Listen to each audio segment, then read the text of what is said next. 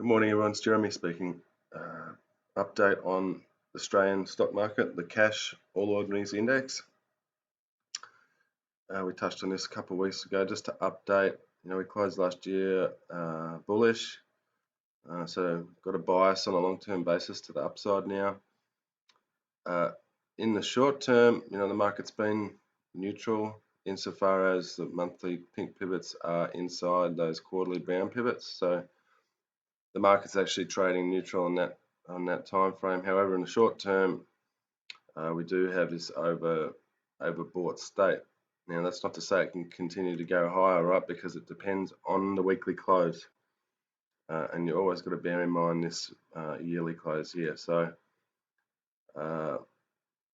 looking at the low, we're just unable to get near that lower weekly pivot. It's a sign of strength from these higher time frame bullish signals at the end of the year.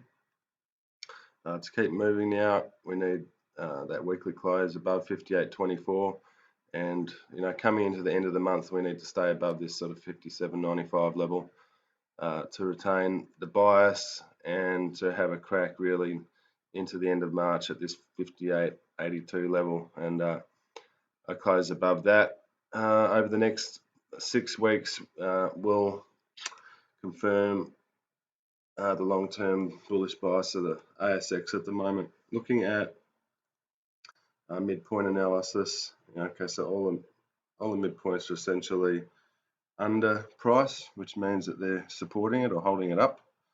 If I take the pivots out, so that's another bullish kind of bias. Now finally, let's add in support and resistance. Okay, there's a major level up here at 59.63. So really, guys, there's a pretty bullish picture being painted in the short term.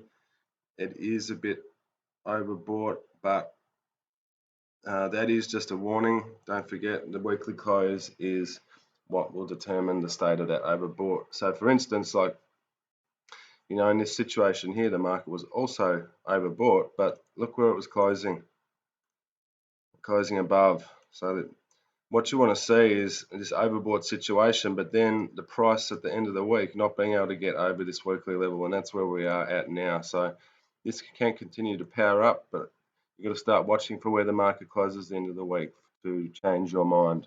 So hope that helps.